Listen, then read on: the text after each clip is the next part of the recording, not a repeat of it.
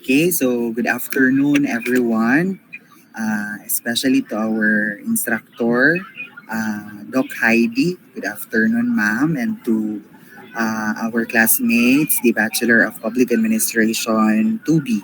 So we will be discussing this afternoon about the information management. So next slide, please. So we have here our group mates or the group 7. First, we have Piscante Eunice Angela, Tilapel Eduardo, Rivera Japet, Salcedo Rema Jane, Selgas Regine, and Sedimo Miko B. Next slide, please. Ayan. So introduction. Information management makes effective use of information as a company resource. It includes the collection, processing, storage, and destruction of information. From an economic point of view, the central task of information management is to strike a balance between the demand for and supply of information, particularly when there is a flood of information or the information overload. The important and truly relevant information must be filtered to the top in order to be available to the right people at the right time. So, in the digital age, information has become one of the most valuable assets for companies across all industries. And effective information management is very important, no, for harnessing the power of this resource to drive decision making, innovation, and the overall organizational structure. So, this report, or we are going to try to kanang our aim, no, is to explore, no, the various aspects of information management, its economic significance, and the challenges and strategies involved in striking a balance between information demand and supply. So, understanding information management uh, encompasses a range of activities aimed at optimizing the use of information within organization, no? So these activities or include collection, processing, storage, and even destruction of information when necessary. So, at its core, information management, ladies and gentlemen, seeks to ensure that information is available, accessible, tama or accurate, and secure. No? So, on the other hand, from an economic standpoint, information management plays a pivotal role in maximizing the value derived from this resource. The central task of information management is to balance the demand for information with its supply. So, in today's digital landscape,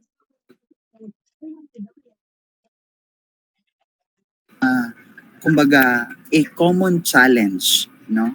So this task becomes even more critical. So, especially right now in our, in the era of big data and constant connectivity, organizations often find themselves uh, kanang kanang kanang murag dili bitaw sila updated, no, with vast amounts of information. So this phenomenon, ladies and gentlemen, known as information overload. So it can overwhelm decision makers and impede organizational efficiency. And effective information management, apil na dinhi uh, ang pag-implement og mga pamaagi, no, to filter out irrelevant or mga balik-balik na nga information while ensuring that the only or the most pertinent data rises to the surface, no? So uh, of course, one of the primary objectives of information management po is to identify and prioritize truly relevant information. So this entails employing various techniques such as data analytics, no, machine uh, uh, uh, machine learning algorithms and information retrieval systems to sift through large volumes of data and extract actionable insights, no? So by filtering and contextualizing information, organizations can empower decision makers with timely and accurate data to drive strategic initiatives. So, another critical aspect of information, ladies and gentlemen, or about information management is ensuring that relevant information is available to the right people at the right time, no? Sa tama nga tao ug sa tama nga panahon. Sana all. So, uh, kidding aside, no, timeliness is essential, no, for leveraging information effectively in dynamic business environments where decisions must be made swiftly, no? So moreover po, accessibility ensures that information is accessible to authorized ng mga tao across the organization and enabling collaboration and informed decision making. So in addition to maximizing the value of information, effective information management also entails safeguarding sensitive nga mga data and gina-make sure ang pag-comply with relevant regulations, no?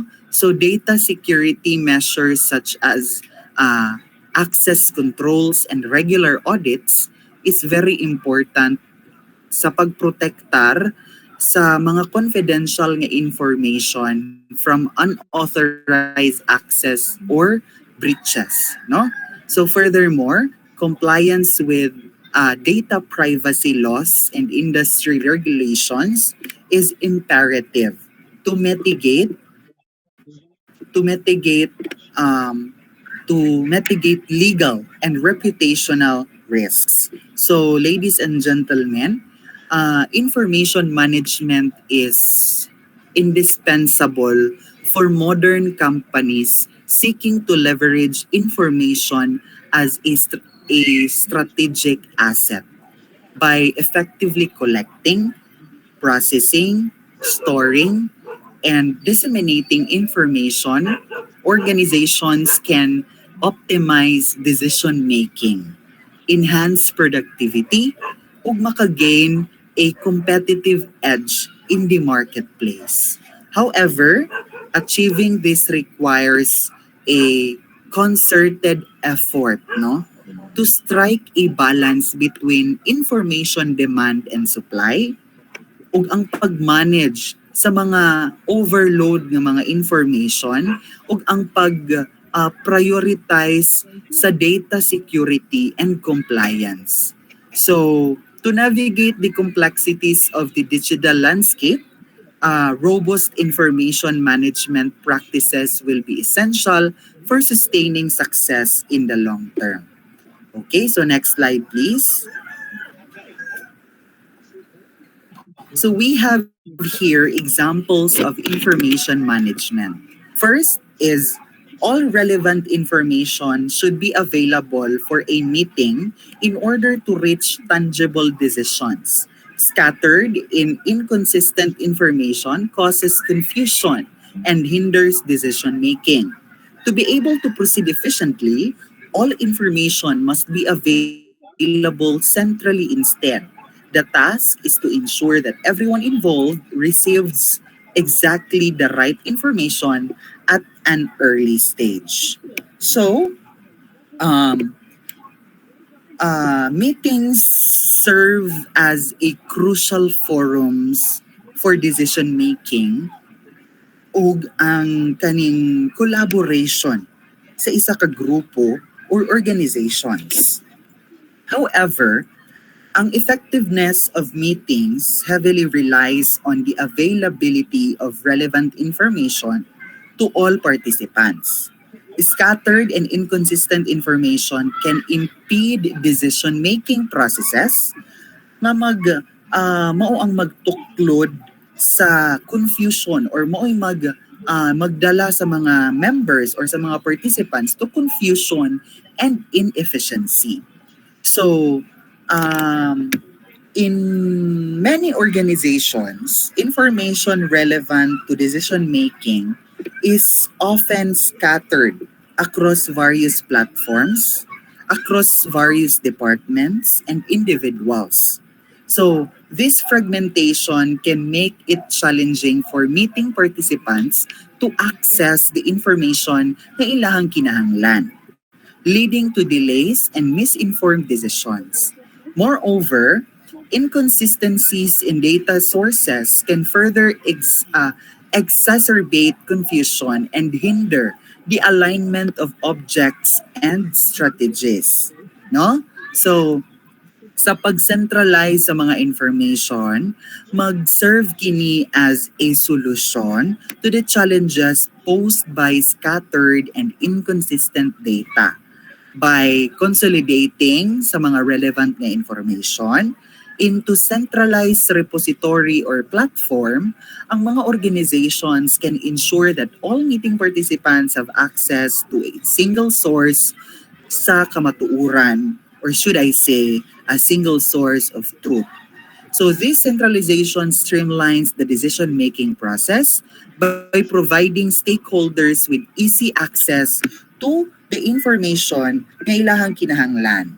So, centralizing information, ladies and gentlemen, for meetings, importante gid kaayo sa pag-enhance sa ato ang mga decision nga ato ang pagabuhaton, or should I say decision making, no? And driving organizational success. So, sa pag-consolidate sa mga relevant na data into a centralized repository organizations, maka-ensure sila nga ang mga stakeholders have access to the right information at the right time, facilitating informed discussion and enabling timely and effective decisions. So, to prioritize collaboration and agility, centralization will remain a critical component of meeting management strategies nga mag-empower sa mga organization para ilahang makabot ang ilang mga objectives with clarity and confidence. So, example number 2, in customer service, agents must be equipped with the right information as soon as a customer contacts them with a request. This means that the available data on the customer and their previous concerns should be retrievable in a matter of seconds. A knowledge database containing best practices for the same or similar cases also proves to be very productive. In this case, good information management means satisfied customers. So, BPA 2B In the realm of customer service, ang ability to promptly and accurately address customer inquiries ug ang ilang mga kinahanglan or ilang mga requests is a paramount to maintaining satisfaction and loyalty. So, ang atoong paghisgutan karon ang importansya ba?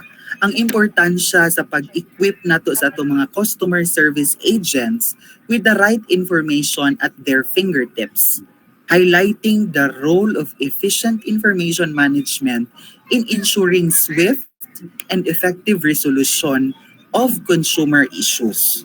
So, uh, when a customer reaches out to customer service, no? Nag-expect na sila o ganang prompt and personalized assistance, no? So in order to deliver these expectations, ang kaning atong mga agents must have immediate access to relevant information about the customer, including their history, preferences, and previous interactions with the company. So this requires a kanang kusog nga system for storing and retrieving customer data in real time. So, uh, effective information management is essential good for delivering exceptional customer service. So, sa pag-equip na to sa tong mga agents or sa pag-equip sa mga agents with instant access to customer information and knowledge, databases or organizations can ensure swift and personalized resolution of inquiries and requests. So, dili lang kay leads to satisfied customers but also ginapakusgan o ginaampingan ang brand loyalty and drives long-term success. So, ang kaning mga kumpanya, ang kaning ato mga nagkalain-laing mga kumpanya o mga organization continue to prioritize customer centricity in today's competitive landscape, no? Very competitive na karon. So investing in robust information and management systems will be crucial for staying ahead of the curve and delighting customers at every touch point. So that's all for my report and good afternoon.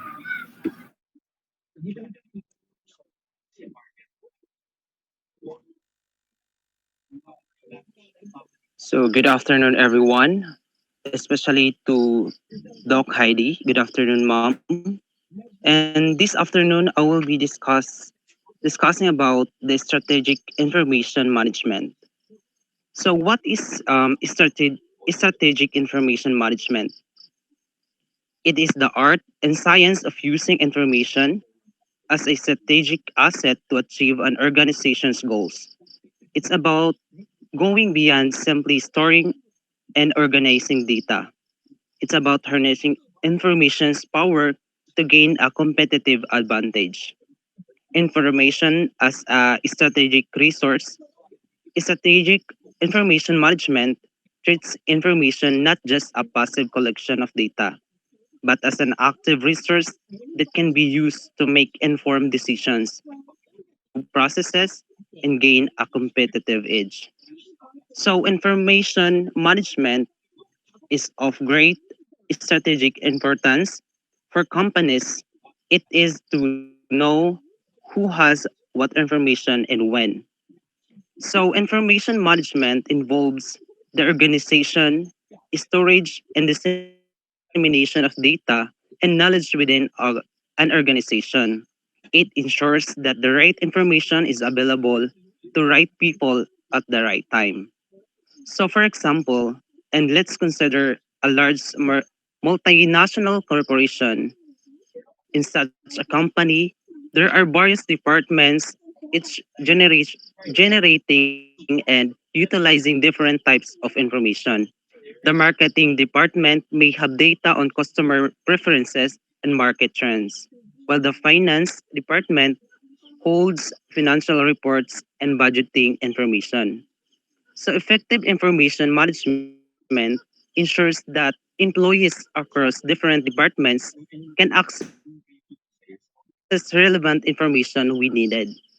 It also involves implementing protocols for security, sensitive information, and controlling access to it.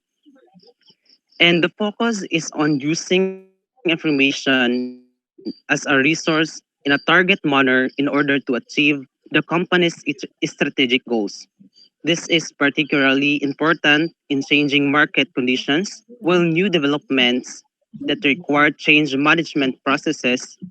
Information managers are therefore in high demand primarily in a dynamic environment, such as when there are significant digital innovation. So in dynamic environments where market conditions are constantly changing, the effective use of information as a resource becomes crucial for achieving a company's strategic goals. So information managers play a key role in the process by ensuring that the organization respond to new developments and drive change management processes. And for example, consider a technology startup operating in a rapidly evolving market. So new digital innovations and technological emerge frequently, and the company must adapt quickly to stay competitive. Information managers within the organization would be responsible for identifying relevant market trends, collecting data on customer preferences and behavior, analyzing competitor strategies. They would then disseminate this information to decision makers within the company, enabling them to make informed strategic decisions. Moreover, information managers would also oversee the implementation of new technologies and systems to support the company goals. This could involve the adoption of advanced analytics tools to gain insights from large volumes of data, or the integration of customers relationship management or CRM system to improve the customer engagement. And lastly, the organizations that implement functional information management develop competitive advantages and make a sustainable contribution to their goals. So, functional information management ensures that decision makers have access to accurate, timely, and relevant information. This leads to better decision making processes, and decisions are based on the data driven insights rather than the guesswork or intuition. So, by streamlining information processes and ensuring easy access to data, functional information management improves overall efficiency and productivity within the organizations. Employees spend less time searching for information and more time on value added tasks. So access to comprehensive information allows organizations to identify emerging trends, market opportunities, and customer needs.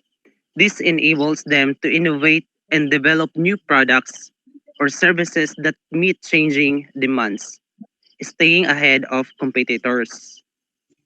And functional information management includes the strategies for security, compliance, and risk mitigation.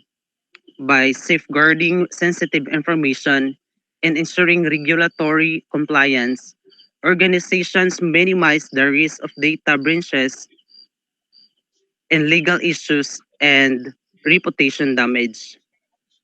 And lastly, functional information management ensures that information systems and processes are aligned with the organization's strategic goals.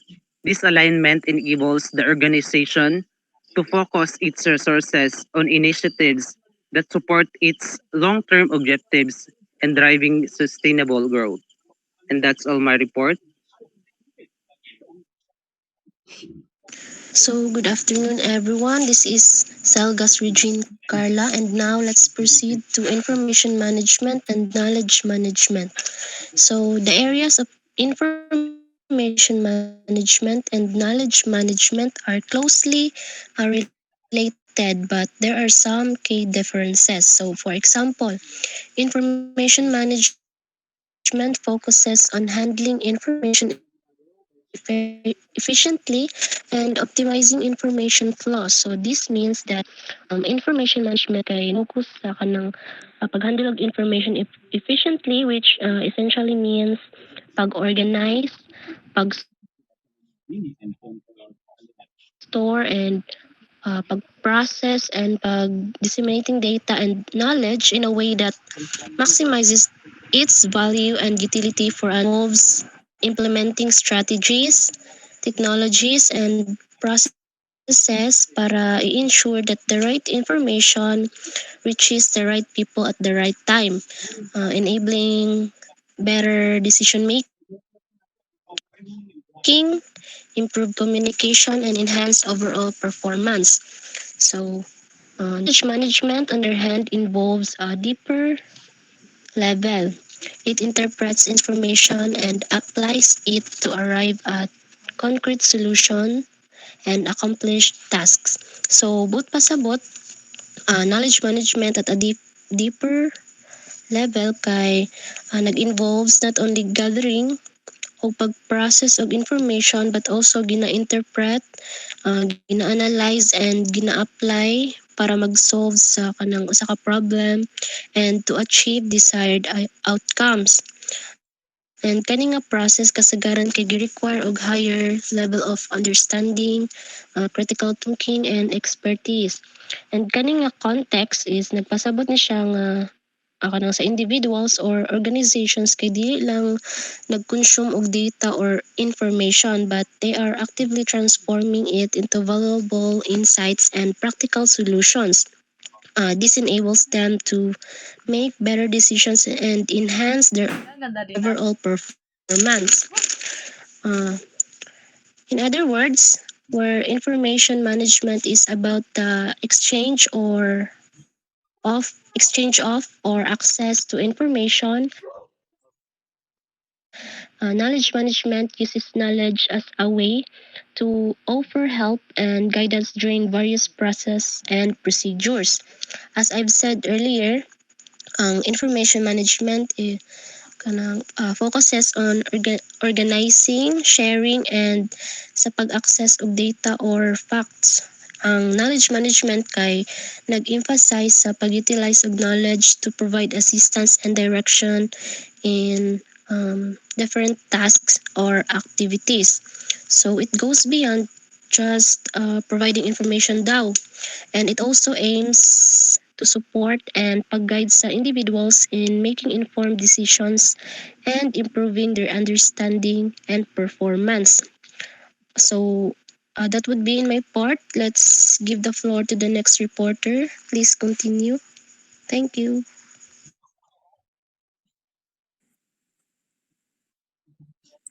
Good afternoon, everyone. Good afternoon to you, Doc.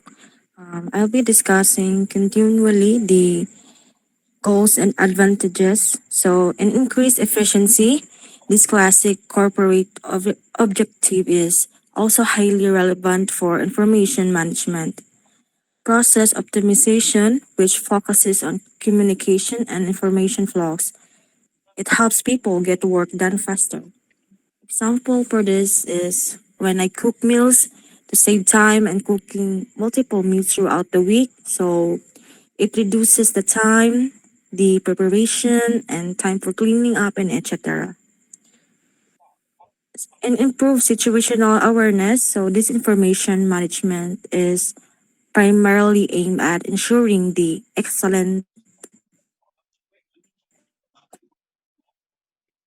quality. Example for this, while walking, we glance at store windows instead of your phone to notice people and potential hazards with your, it's either within your footsteps and focus on your surroundings. And better transparency, no matter how well information is prepared, it is of limited use if the right people do not have access to it. The aim must therefore be to save and share information as centrally, visibly, and as transparently as possible. So example for this is where we were in restaurant menu list.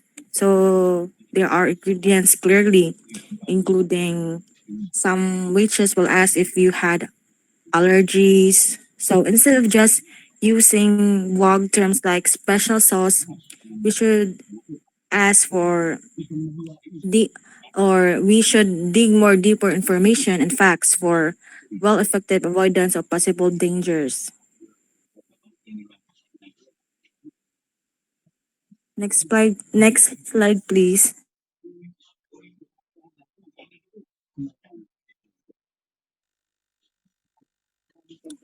Increased security and compliances. Information management is directly related to security critical issues. Sensitive information in particular must not get out and fall into the wrong hands. So, example for this are the enable multi-factor authentication or the MFA for logins. This adds an extra layer of security and helps ensure only authorized users access to sensitive data.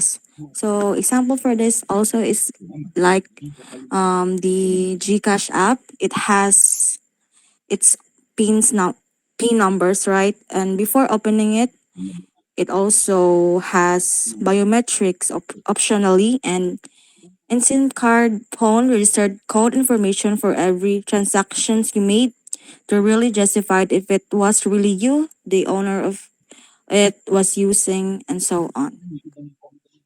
Improve customer satisfaction. So customers do not want to wait a long time for useful information or even be provided with incorrect information.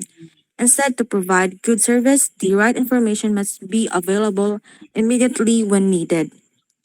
So, example for this is they train customer support reps to actively listen and offer solutions, exceeding expectations instead of just meeting them. Her owners or the management needs to hear and know about the personal customers' feedback about their product or services. Example, in some hospital, they gives a feedback information sheets where patients rates and commented about their all over services, and just like in school too, where the students will evaluate their teachers or professors based on their unique way of teaching students during their subject semester. In reduce costs, not only misinformation and misunderstandings, but also too much and poorly managed informations lead to high costs. Example for this is the renegotiate the contract with a supplier for a lower bulk discount on a frequently purchased item. So purchasing or inquiring and looking for much less prices, and also those who are on sales or promos, discounts, and etc. To reduce costs. Better collaboration. If teams and departments want to collaborate effectively, they need sufficient information. There is a direct correlation between information flows and the quality of collaboration. So in marketing team example, it shares website traffic data with the sales team, allowing them to target leads more effectively. So it's like cooperating and helping one another and the team for the sake of team success by leading them more effectively and efficiently in every possible way. Thank you. And next reporter, please. Okay. Okay, Thank okay, thank you, okay, Rema. thank you, Rema. Oh, second.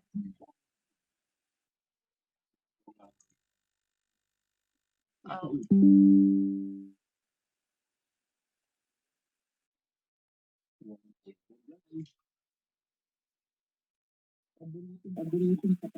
Okay, thank you, Okay, Rema. thank you, Rema. And good afternoon, everyone, especially to you, Ma'am Heidi. I am now the next reporter, Eunice Angela Hi, I. Piscante, Piscante, and and I I am am now now going going to to tackle tackle about about the task the and tasks and methods of methods of information information management. management. So So first, first,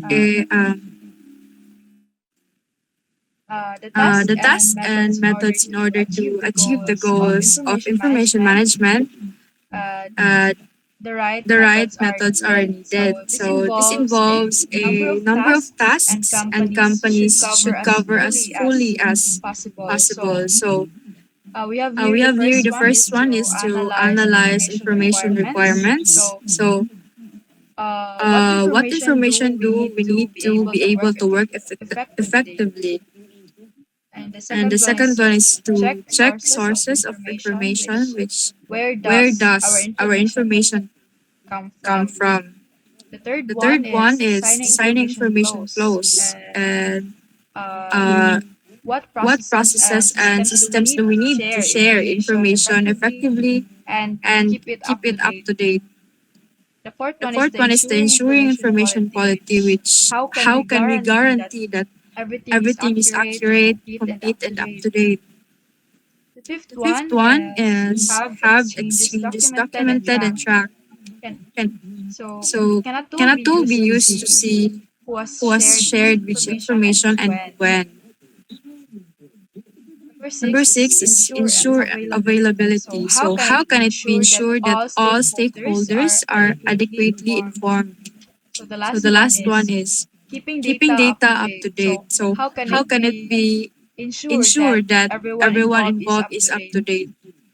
So in So in general, general, these these steps steps are are designed to designed to help help improve improve information information workflows in workflows in organizations. So organizations. So the aim the is aim is to to view the view the exchange of exchange of information as information as holistically holistically as as possible and possible to and to implement implement optimizations in meaningful optimizations in meaningful places. places. That's all for my That's all report. for I my am report. now I am giving the now virtual giving the floor virtual floor to to Japet Japet Rivera. Rivera. Thank you. Thank you.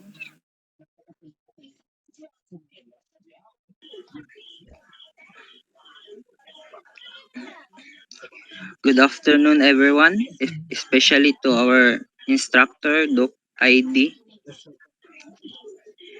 Now I am discussing the tips for effective information management. So, tip number one, set priorities. Not all information is important, and good decisions are not necessary based on the completeness of information. Based on the Pareto principle, it is worth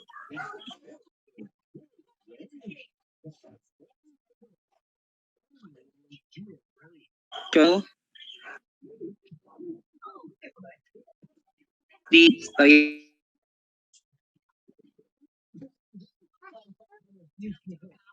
that are most relevant to the desired result based on the Pareto.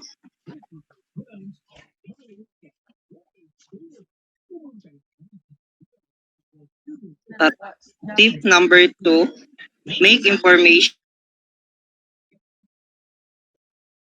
to function properly. Information management must first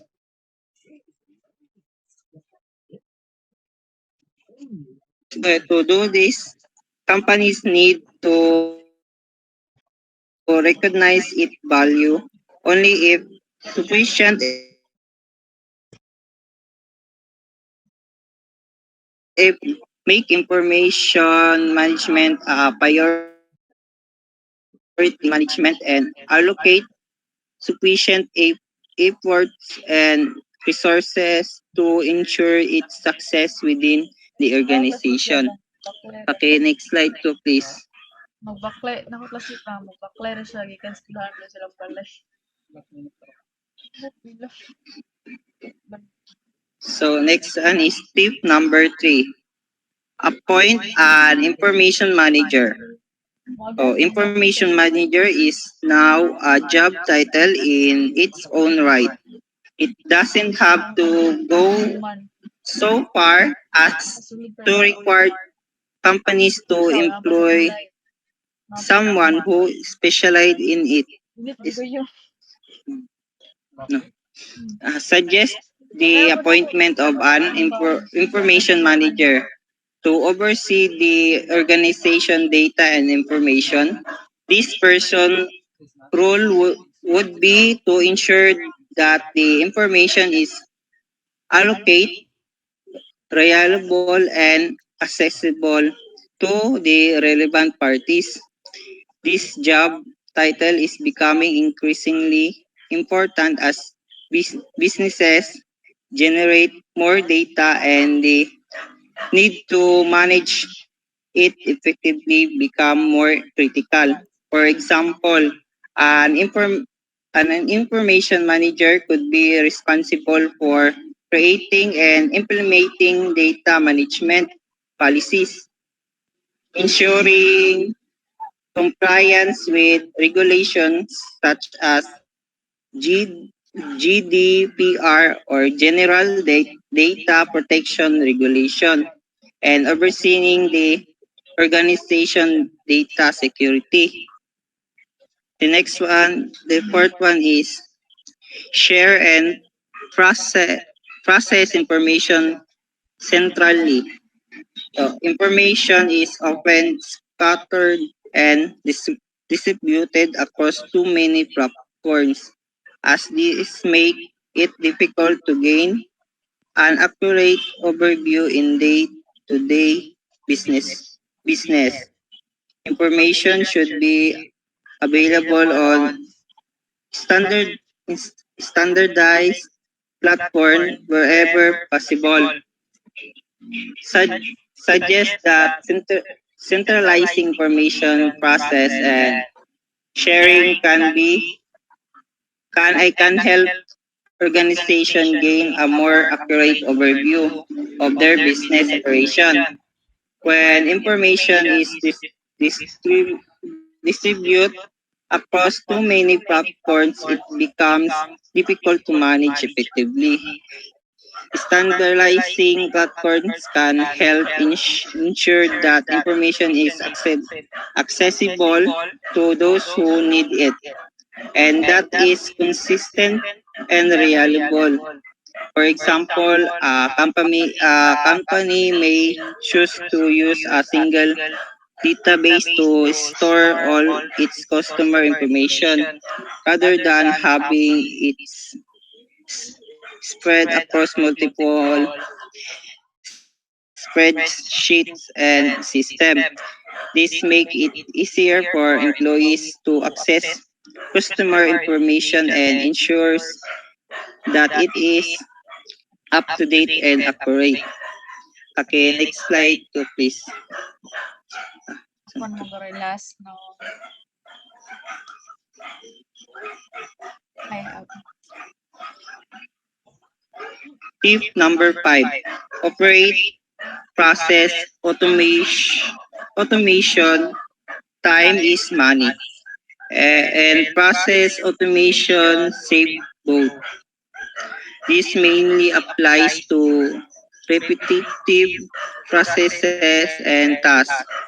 A typical and simple case is issuing standardized answers and information to customer requests. However, more complex processes such as the creation of workflows can also be automated. Process automation involves using technology to streamline repetitive tasks and processes, saving time and resources for saving time and resources. For example, in customer service, automated responsible to common inquiries can free up employees time for more complex issues. Additionally, complex process like creating workflows can also be automated, further increasing efficiency. The last one is the strategies. Once adequate strategy for handling information is in place, those responsible should record it with clear decom- uh, decom- documentation and base practices, define information related success, and it can be repeated. Recording strategies involves documenting successful approaches to handling information. This allows for the replication of successful practices and ensures consistency in information management. For instance, a company may document best practices for organizing and storing data, making it easier for employees to follow and replicate successful strategies. That's all my report.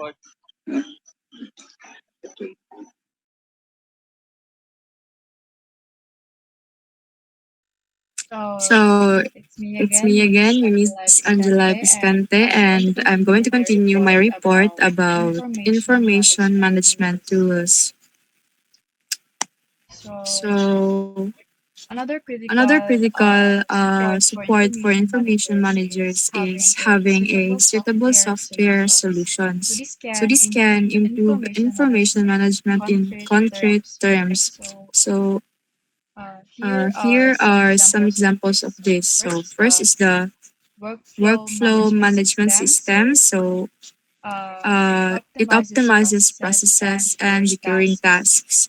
They save They save time, time, reduce reduce errors, and errors, keep the and keep the handling of handling of information information consistent. consistent. So the So second the one is second one the is the knowledge knowledge management tool. management tool. So So these tools these tools are used are to used to capture, capture, catalog, and catalog, share and share information that information needs that to be needs to be referenced referenced for for I I reference long reference term. long term. The third The one third is one is the ticketing ticketing systems. systems. So this So this structure structure requests requests information to information to facilitate facilitate its its flow flow by by adequately adequately summarizing summarizing information on information on tasks, tasks, processes, and procedures, and procedures, and quickly quickly assigning it assigning to it the to the right right um, um, people. people. They They enable a enable a great great deal of deal of control control over over information and information work and work outcomes. outcomes. The fourth The one is fourth the one is the security security management management tools. tools. So So these these tools help tools to help to implement and implement and manage the manage right the right security security measures. measures. It also It also ensures the ensures the integrity and integrity and confidentiality of confidentiality of information. information. The fifth The one is fifth the one is the collaboration collaboration tool. tool. So So it it allows allows teams to teams to communicate communicate effectively and effectively work and work together in together a in a dedicated dedicated manner. manner. They They also also serve serve as as a a repository for repository for documents and documents a and a platform for platform for sharing sharing information. information. So the So the last last one one is is the the customer customer relationship relationship management management or or CRM. CRM. So So software software centralizes centralizes customer customer information information and and thus thus creates the creates the basis basis for for optimized optimized sales and sales and service. service. It can It can also be also be used used to to manage manage contacts, contacts, track track interactions, and interactions, and analyze analyze data. data. So all So in all in all, all, targeted targeted information information management and management and the right the right software software support support go go hand in hand hand. in hand.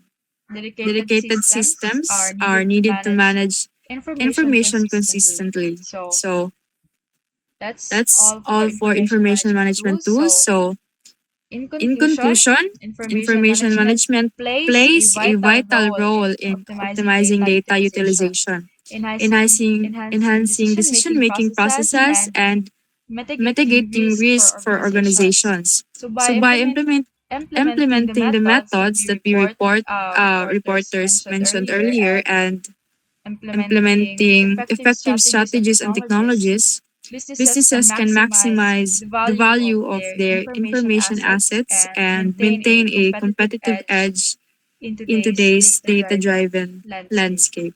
So that is all for our report. Thank you for listening.